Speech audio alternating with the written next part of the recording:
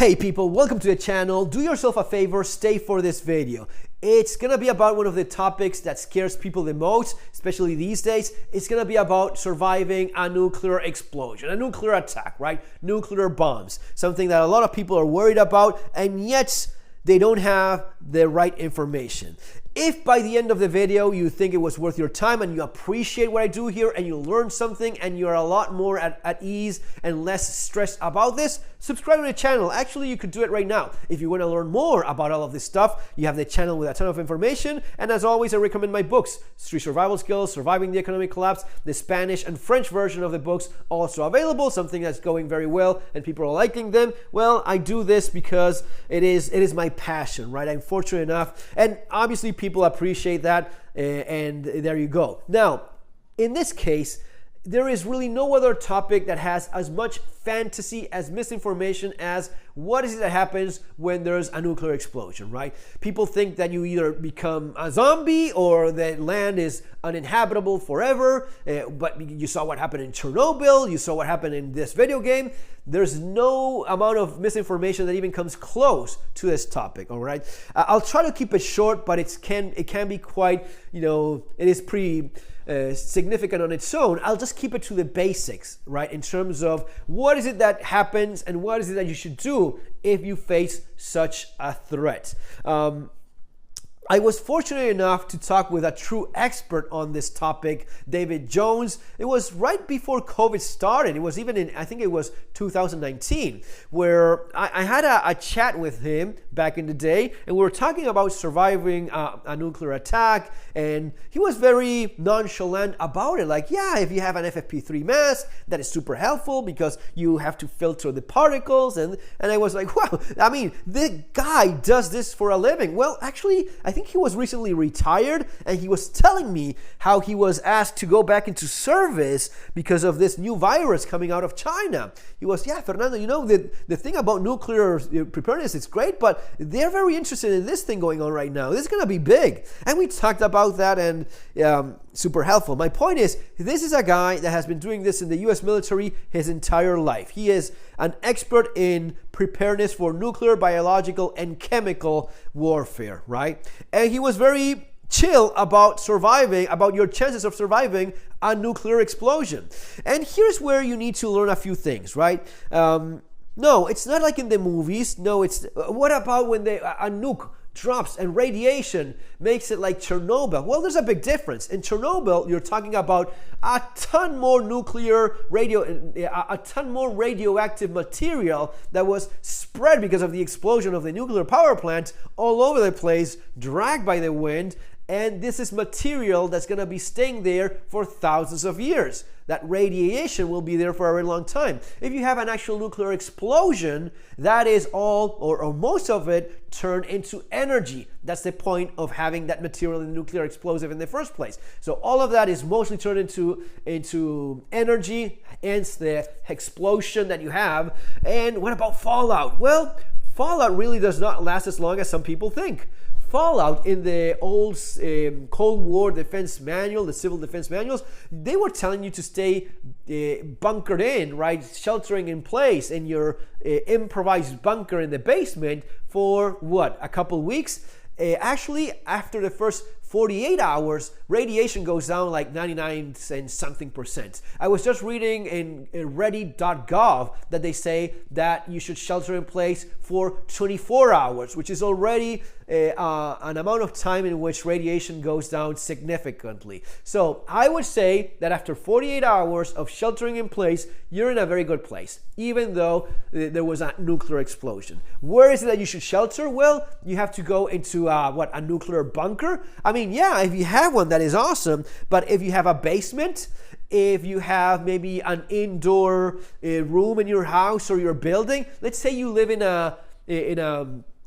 some building in the middle of New York, right? And there's a nuclear attack, and the building did not blow up and did not collapse, and you're there. Well, ideally, you will get as far away from the exterior walls as you can.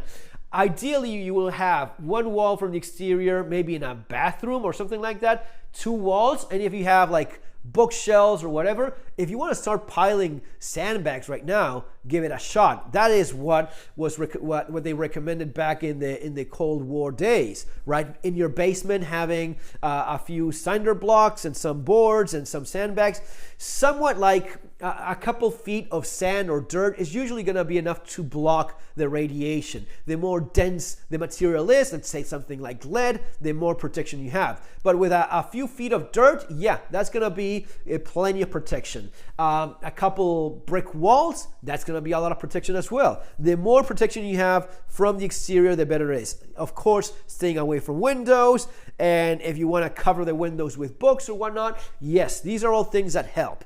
But basically what I'm saying is, if you stay away from that exposure for the first 48 hours, you'll be just fine. You will not die. What kills people in a nuclear explosion, and we saw this in Hiroshima and Nagasaki, which the United States dropped nuclear bombs on civilian population, and there's the delicious argument of how many lives were saved by that mass murder event. Okay, let's not even get into that. But in terms of preparedness, objectively, a lot of people survived those attacks. A lot of people are very much, I don't know how many people survive still, but there were very old people that survived. And it is a place that is now inhabitable, actually beautiful cities in which nukes were dropped. Not only did they survive, it is still people living there, very much so.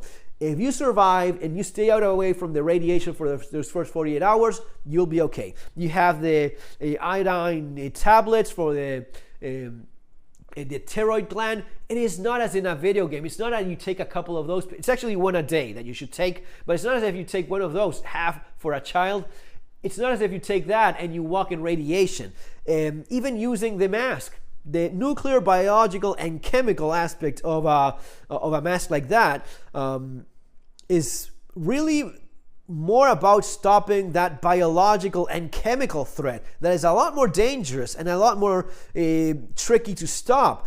A particle mask, something like the FFP3, according to what David Jones told me, that is what you want to keep away from you. It's the particle that has the radiation. If you stop the particle, you stop the radiation. It's not that the radiation is just floating around. With fallout, it is that dust, that little radioactive particle that you breathe in. So even an FFP3 mask will work. This has this charcoal thing to stop the fog, which is something that may be a chemical weapon that they use, and that is a lot more difficult to stop, right? But if you have a mask that you buy in a hardware store and is an FFP3 full face mask, that will work for this too, all right? Of course, ideally, something like that. But if I'm not even exposed, I can do this without even having the mask. As I always say, guys, it's about the information.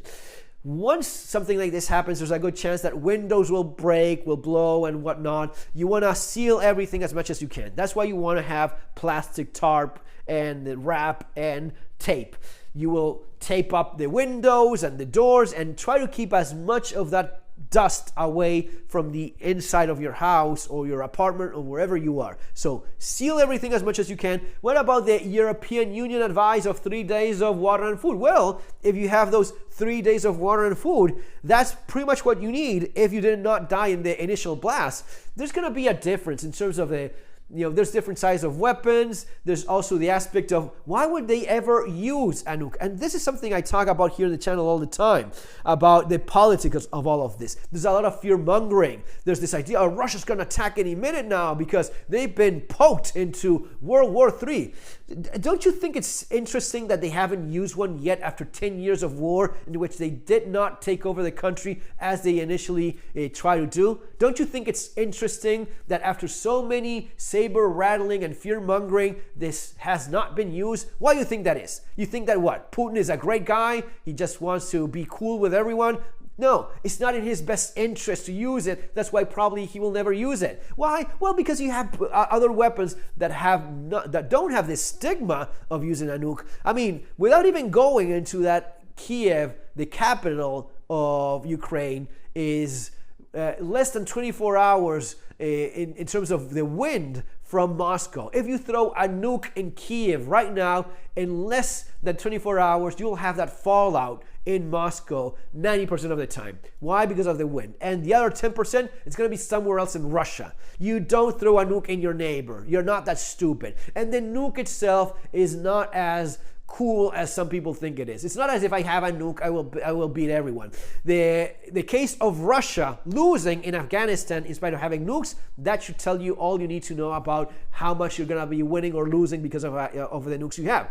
As far as I know, the United States is the most powerful military the world has ever seen, and the United States has a few nukes themselves. They still lost in Afghanistan. They got their ass kicked after 20 years and left in a very embarrassing scene. Trump himself said he would have left in a more, dignified manner, but he said he would have left himself as well. That was lost. United States lost in Afghanistan after 20 years, in spite of having nuclear weapons. Just having nuclear weapons or F-35s or whatever you want does not mean you beat everyone all the time. You can still lose. Happens a lot more than people think. In the case of Afghanistan, it was both United States and Russia that lost. And it's damn Afghanistan. Guys with sandals, goats, and AK-47s, right? That's the same reason why Russia could not even take Ukraine. When, honestly, and not getting this into more politics than we already are, but with very little support from both the United States and the European Union, because there was an interest of having this war happening in the first place and continuing it for as much as possible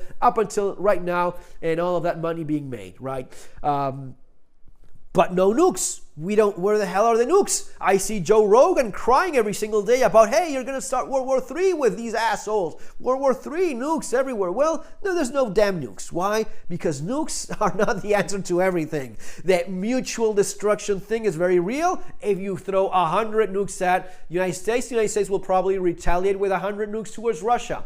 If they bomb France with nukes or some neighbor of France, probably France will throw more than enough nukes to destroy Russia several times over, and then actually use the military that they have all over Europe that is more than enough to blow the crap out of all of Russia in a matter of hours, right? That is simply why you don't see nukes going off all the time. Now, let me tell you something. If you start getting a little bit too comfortable with this idea, well, the initial blast of a nuke, first, within a number of miles, depending on terrain, the amount of megatons of the explosion, and all of that. If you survive that initial blast and you're not vaporized or burned, which is what most of these things actually do, that's how they kill the most people and the collapsing of structures. If you survive that, the fallout aspect of the nuclear explosion is not all that complex. It's not all that difficult to stop if you know where you should be, how long, and how to avoid that.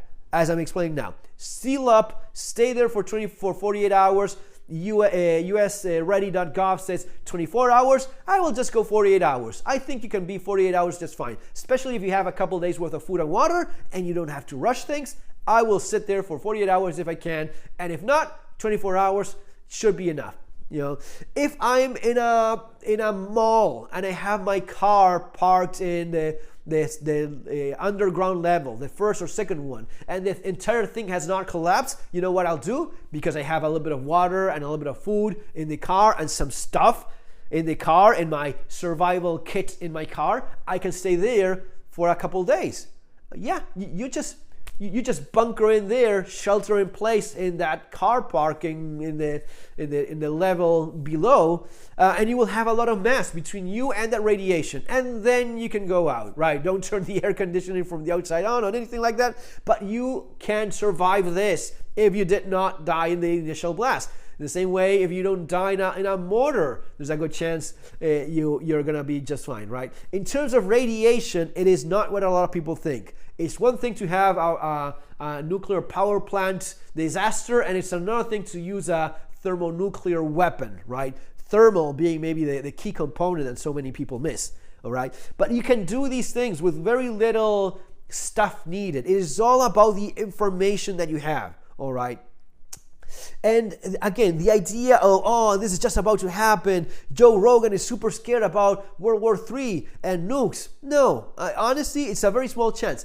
If you want to be a little bit more concerned, you have attacks that are sabotage attacks, sabotage on a nuclear power plant, a dirty bomb. All of those things are maybe quite a bit more likely than a nuclear war. And those things will have also very significant consequences. So it's not just about a nuclear war, it's about a dirty bomb, it's about a nuclear power plant disaster, either because of actual problems or maybe some act of sabotage of some kind. And if you live close to one, these are things you want to learn and know. All right, guys?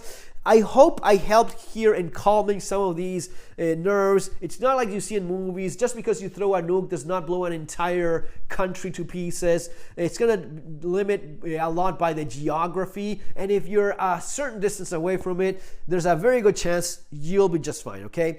And the chances of this even happening in the first place, extremely low, because there's lots of other ways of killing and destroying one another that don't involve the stigma and problems that come along with using a nuke. All right, see you next time. And if you think it was worth your time and you learned something, you will have the little link to subscribe to the channel here somewhere. That's always much appreciated. Take care.